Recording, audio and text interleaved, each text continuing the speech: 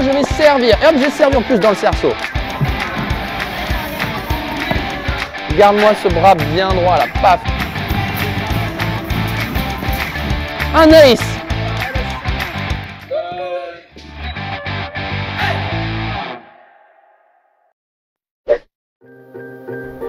Bonjour à tous et bienvenue dans cette vidéo présentant le travail effectué avec un groupe de 7 enfants de niveau initiation. Ils sont âgés de 7 à 10 ans. Certains ont démarré le tennis il y a quelques années maintenant, 2 ans pour la plupart, tandis que d'autres débutent seulement l'activité.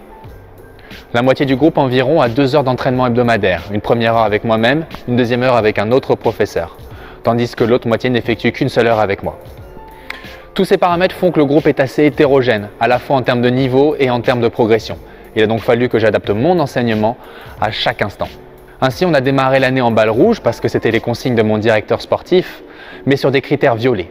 On a ensuite fait évoluer les critères, soit en balle rouge, soit des critères balle orange, en fonction de la réussite. Maintenant, on a 2 enfants qui jouent en balle orange. Laissons-les maintenant se présenter et passons à l'observation sur le thème du service. Bonjour, je m'appelle Isabelle, j'ai 10 ans et j'aime le sport et ça fait 3 ans que je joue au tennis. Au revoir. Moi c'est Maïmouna, j'ai 9 ans, ça fait 6 ans que je fais du tennis et j'adore le sport. Mon sport préféré c'est le tennis. Bisous, au revoir. Bonjour, je m'appelle Alexis, j'ai 10 ans et je fais du tennis depuis 4 ans. On retrouve également Henri Moïse, 11 ans, qui fait du tennis depuis 3 ans. Lynn, 10 ans, qui fait du tennis depuis 3 ans également. Chanez, 11 ans, qui a débuté le tennis il y a 4 ans. Et enfin Valentin, 8 ans, le petit dernier du groupe, qui fait du tennis depuis 2 ans seulement. En début d'année et afin d'apprendre à connaître les enfants pour adapter mon enseignement, je les ai observés lors d'une journée jeu et match. J'ai décidé de vous présenter l'observation sur le service. Comme dit précédemment, le groupe est assez hétérogène. Lorsqu'on observe les meilleurs éléments du groupe, tels que Lynn, on s'aperçoit que les critères violets et rouges sur le service sont quasiment acquis ou en cours d'acquisition. Ainsi, on remarque qu'elle est capable d'adopter une position de départ avec un haut du corps orienté et des pieds bien positionnés. Aussi, elle frappe la balle bien au-dessus de la tête. Concernant les critères rouges, elle démarre dans une position armée plutôt maîtrisée, mais n'est pas capable d'effectuer une montée des bras simultanée, passant par la position armée. C'est donc en cours d'acquisition. Enfin, elle sert régulièrement en équilibre.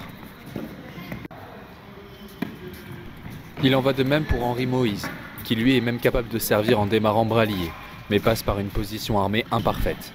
En effet, le coude n'est pas dans le prolongement de la ligne des épaules.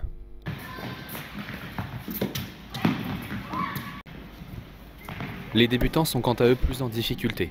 Prenons l'exemple du plus jeune du groupe, Valentin. Il n'est pas toujours capable d'adopter la bonne position de départ, bien que cela soit le cas sur cet exemple vidéo, et sa position armée n'est pas maîtrisée. L'équilibre n'est pas toujours bon durant la réalisation du geste, et il frappe la balle au niveau de la tête et pas au-dessus. Il en va de même pour Maïmouna qui présente aussi des difficultés sur la hauteur de frappe et la position armée. Isabelle, quant à elle, est très aérienne et n'est pas capable de servir pied au sol. Le tableau des capacités reprend et détaille l'état d'acquisition des critères violets et rouges au service pour chacun des enfants. L'icône clignotante en bas à gauche signifie que le document est disponible dans le porte-vue devant vous. En plus des capacités, des remarques et conseils personnalisés sont faits pour chacun des enfants. Pour Maïmouna par exemple, il est écrit qu'elle démarre encore par la position armée et non en bras liés. Aussi sa frappe de balle est très basse et la dissociation de son bras gauche avec le reste du corps n'est pas encore maîtrisée. À partir de cette observation détaillée, j'ai pu ériger une programmation de travail pour l'année. On y retrouve les objectifs techniques, tactiques et comportementaux de 5 cycles. Lors des 3 premiers cycles, le secteur de jeu prioritaire fut le fond de cours avec une accentuation sur la technique. L'objectif étant de réussir à effectuer un maximum d'échanges et de matchs qui sont pour moi les aboutissements du tennis. La fin d'année étant plutôt axée autour de la tactique afin de trouver les solutions pour gagner le point dans l'échange. En milieu d'année, nous avons effectué un cycle de travail de 5 séances sur le secteur de jeu du service. C'est celui que j'ai choisi de vous présenter. Lors de ces 5 séances, nous avons d'abord travaillé sur être capable de servir dans le terrain avec une trajectoire sécurisante.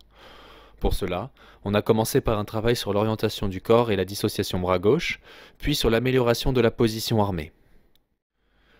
Puis nous avions prévu de travailler sur être capable de servir dans une zone réduite pour déplacer l'adversaire, en améliorant la projection et l'extension du coude d'abord, puis en travaillant le départ bras lié ensuite.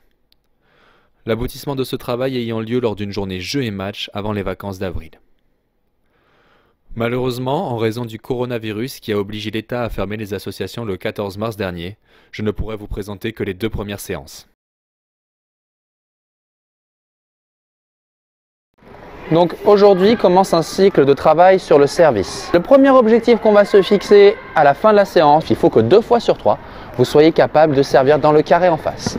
Pour ça, on se fixe un premier objectif aujourd'hui technique qui est l'orientation.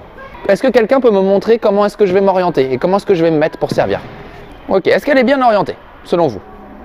Ouais, on est plutôt pas mal. Il faut juste qu'elle ait les pieds derrière la ligne et elle sera parfaite. Sa cheville, sa hanche et son épaule, elles ne forment qu'une seule ligne et elles sont dans la direction dans laquelle elle veut servir.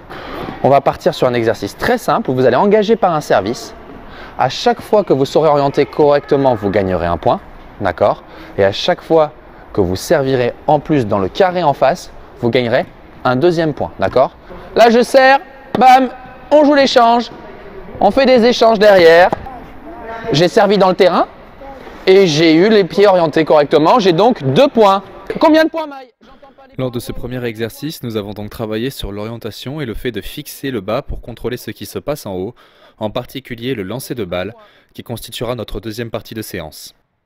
2 points, ok. Je trouve que sur l'objectif qu'on s'était fixé, à savoir d'avoir les jambes qui sont déjà orientées, c'était plutôt bien réalisé. Sur la réussite, c'était pas forcément top, mais c'était beaucoup mieux qu'au départ, où quand vous aviez les pieds qui étaient mal orientés, la balle elle partait un peu partout. D'accord? Donc ça, ce que j'ai bien aimé, c'est que quand on est bien orienté, déjà, on a la bonne réalisation et en plus de ça, on a la bonne réussite. Maintenant, on va essayer d'augmenter encore la réussite en travaillant sur le lancer de balle.